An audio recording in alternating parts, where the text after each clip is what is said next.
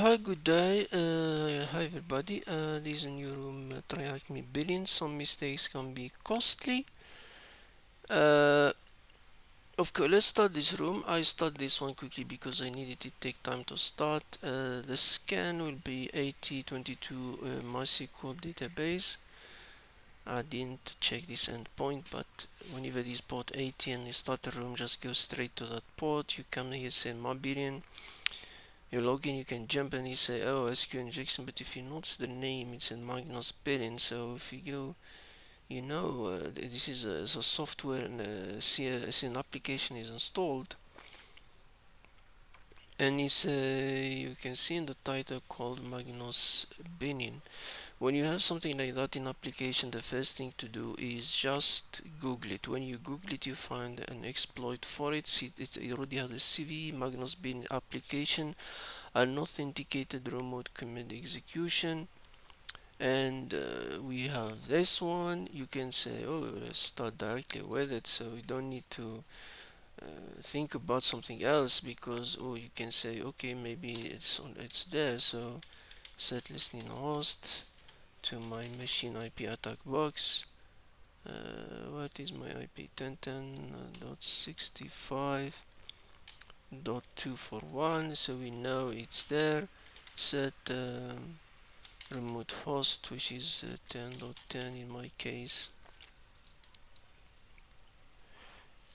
I can just say 119.129, and that's all the option you need for this for Metasploit 1. So if I can run it, let it run. If you Google also, you find one with Hadrian. That Hadrian, I think it must be him, because this is his logo. It's a TryHackMe stuff, one of TryHackMe contributor and stuff, I think.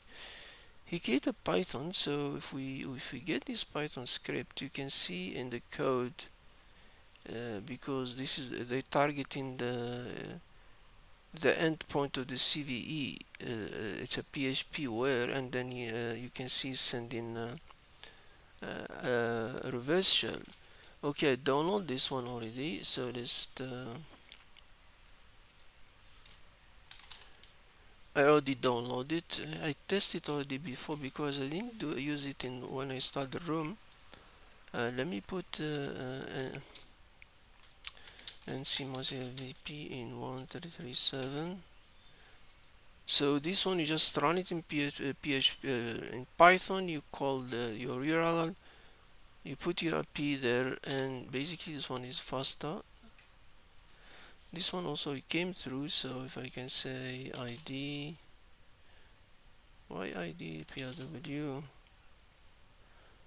If I drop the shell down, so I'm exactly there. If I can say as home, I can see Magnus, home Magnus. I tried this shell, is not stable many times, so ID is there, as I said, ls home, Magnus, and you can say ls home Magnus, and we have there this name is not stable shell. I tried to stabilize, then it doesn't work, so I don't want to try it again, so rather type -C7. This shell is a nightmare for me. It's one of the what uh, Magnus user.txt. That's part of the flag. Maybe if I don't do Python stabilize the chair. Oh, the shell is just let's get the shell, because we can't work when SU. We don't need it, but let's see if we can stabilize it. I don't want to do full stabilize this shell. I type these things because my shell didn't work. You can't type. And now I froze. I think TryHackMe is putting less resource for this room. It's free. ls minus la. At least I can type Magnus. I don't want to do the other one. Magnus. You can see in Magnus we have the user.stt, the .sh. We can't do anything there. So the first thing, because you go to user, now you get a root flag. You can see maybe I'll jump to Magnus. Now the first thing whenever you do privilege, you always check what you can do, and here we got Fail2ban. Okay, you can, if you don't know whatever, if you don't know anything about Fail2ban, you just, as usual, you just type it -h, and it tell you what is it. It's a Linux one. For example, if you have, you can say, oh, if there's multi fail in SSH, I can you make a rule.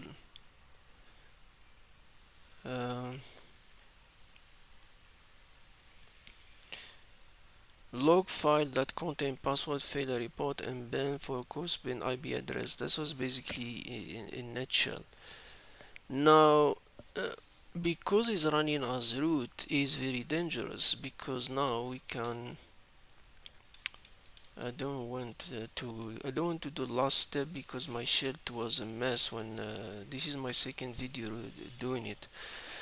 Now the command interesting one in this one is let's, before we go anything else, let's go back to the main directory. Look, I forgot, I don't know one, but if there's a file that has a password for this, I don't know which file, but even if you say find in billing, find in directory billing dash name config.php,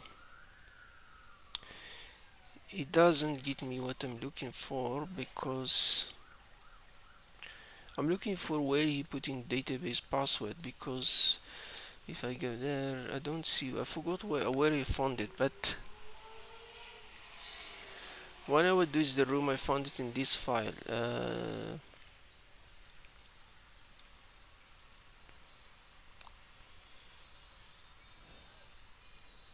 This file contains password for database, so if I do cut this file, you can see I have this database password. So if I do that, before we do that, I didn't thought about it, but let's test the theory. I was thinking about what's the, does this has a default on it? Magnus, is it default installed? Yeah, it's a default installed. So we don't need even to crack it. The password is Magnus. This is a default installation of the. No, it's not a default installation. Sorry guys. I was playing in this room before. Exit. So let me show you how I arrived to this. I do video game because my shell wasn't stable. I couldn't do it. So let's go back, show you how to do it. I don't know if the so MySQL user billing user -p minus the, if I go there now, if I say show tables, I'm interested about select everything from pkj user. Okay, we get all these things, and we have a user called root, and we have encrypted password. Now if you go to the documentation of MagnusBilling, there is a page here that called recover MagnusBilling password. So if we go down, it gives you there to reset it to Magnus. I'm not sure if the default password Magnus, I didn't test it, to be honest, I don't lie. But I came here, just do that, and exit. So we change the password to user root to use Magnus, and of course the one that was there, so we can do Magnus and welcome. Now you can see the CPU user, you can do all of that. I don't know, it's nothing how much you can do here, but let's continue. So for recap, we have we got a shell through Metasploit, and we got shell through Hadrian Python script. Now, as I said, because we are root now, because we can do sudo-l. Now, what this whole bunch of things, because the command we'll use is these ones. Okay, let's do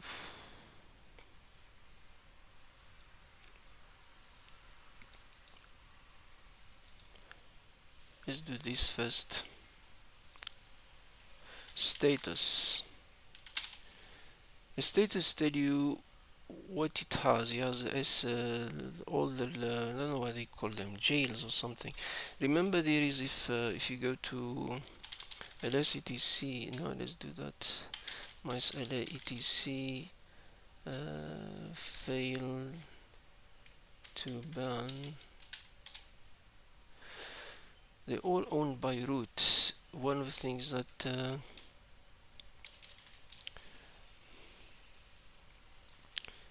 because if you Google this, how you exploiting the internet, they rely in that you can have read one of the files, and all the files we have now all accessed by root. So in here we're stuck. So basically we stuck basically a little bit. So they're all owned by root. So but we can follow what the command of that. So for example, I need to see the action that was taken, for example, by SSHD. It's a new, so I don't I think I didn't do test action IP table multi-port. The jail SSH has the following actions. Yeah, we can use that one, we can create our own, so it's not the way Fail2ban work. So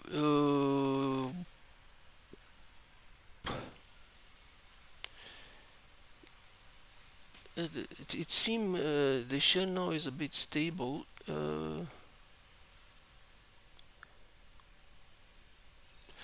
Now we can, if we do that, so because it's say a little bit sudo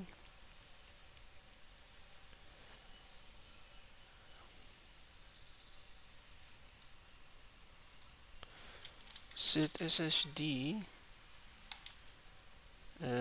What's the command?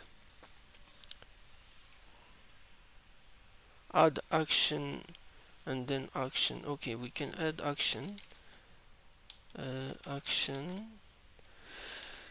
Let's go like TryHackMe and then yeah,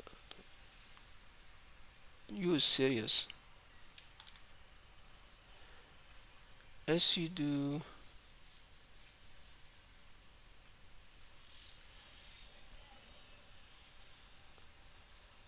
We lost the shell. Control C. Aye.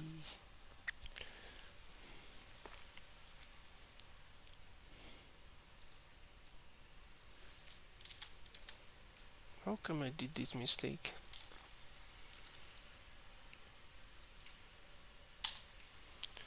No, Control C will not get it. Aye, that's what happened to me before.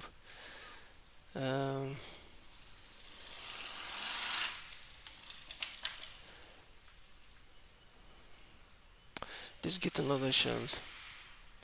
Let's point it in port 80.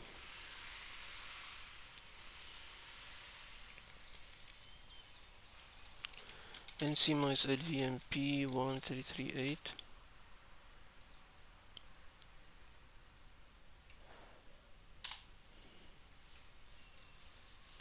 This shell is cleaning me, yes?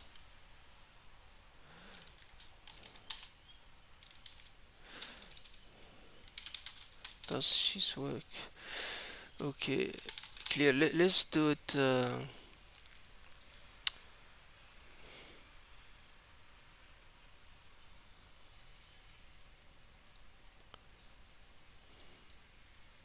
I'm having problem with this room. Let's not waste too much time on it.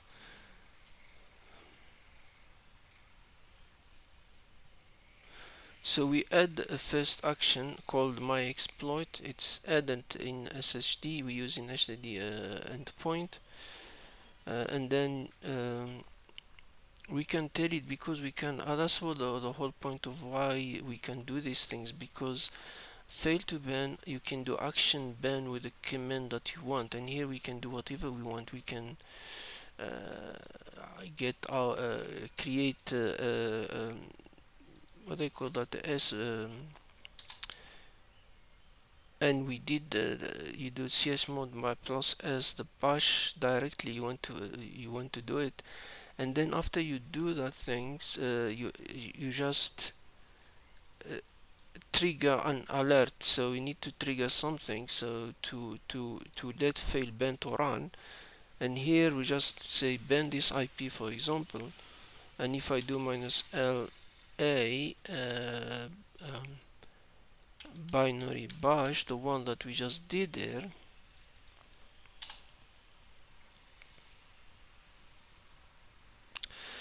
ls minus LA binary bash, you can see the S, it's here. So if I do binary bash minus P ID, now it become root, and you can just say head minus C7 root.txt. And if I do exit, don't tell me I'm becoming now the normal user. Who am I? So the first one worked. So let's try the second one. The second one is now this one is the same things. You can call binary of root to your temporary and do it. So this one is basically the same as the first one. Let's create a reverse shell. Use one. Let's create a reverse shell. Let's create a port. NC minus LVMP 1235. No, not you. That's lower. So if I go now, we can create. This is my third video in this room. That's why I'm copying pasting. I don't want to end up that shell, the problematic shell I have. Now you can't even copy and paste.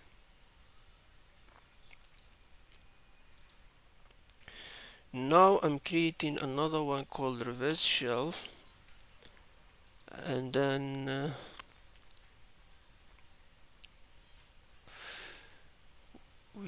my IP is not this one. My IP is 65.241.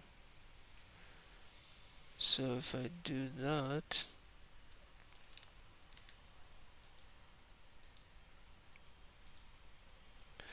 so now I'm adding an action ban with a command bash to that, and now I just need to call it.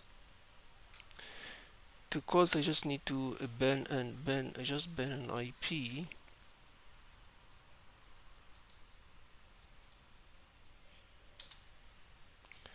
And you can see it's tagged, so we have a root here. If I'm ID, I'm root. ls root. Password. Oh, I didn't check that. Got root. What's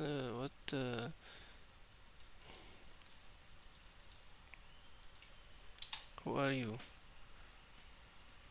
This is not a password we did.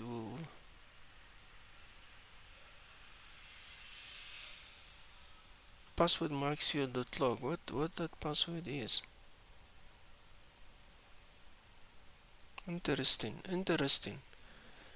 Okay, now we do that. Let's exit so we can continue other option. Now the next one is the one as you do. We can just create the option that we can write a file, so we can use that one. So now we add action sudo, we call that, then now we can do the trick that we always know. We are use asterisk, so we can just add asterisk to sudo a file,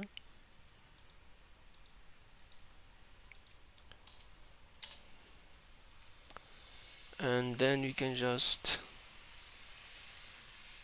run the ban. Let's before we run the ban, so you can say who am I? No, who am I? I'm just asterisk, and that's my group is asterisk. So if I run the ban now, I force it to run as root. Now if I do sudo id, I'm root now. So I can just sudo head c7 root and then root.txt, and we got it. So the whole point of this story is because we can run command, we can add the action, we can action bank, you can add any command, so you can see you can do a lot of things. You can get reverse shell, you can get anything, read files, anything. So basically that's why run it at root is dangerous. So this is basically, yes, to recap, user flag is you either use Metasploit or use a Python script for this. It's straightforward, you just run it in one line. Then of course the other way you can say, because you have control and the command, you can imagine in a command reverse shell read file, or just read the, what's the name, read the flag directly if you want. So yeah, thank you very much guys, and I hope you like it and have a good day.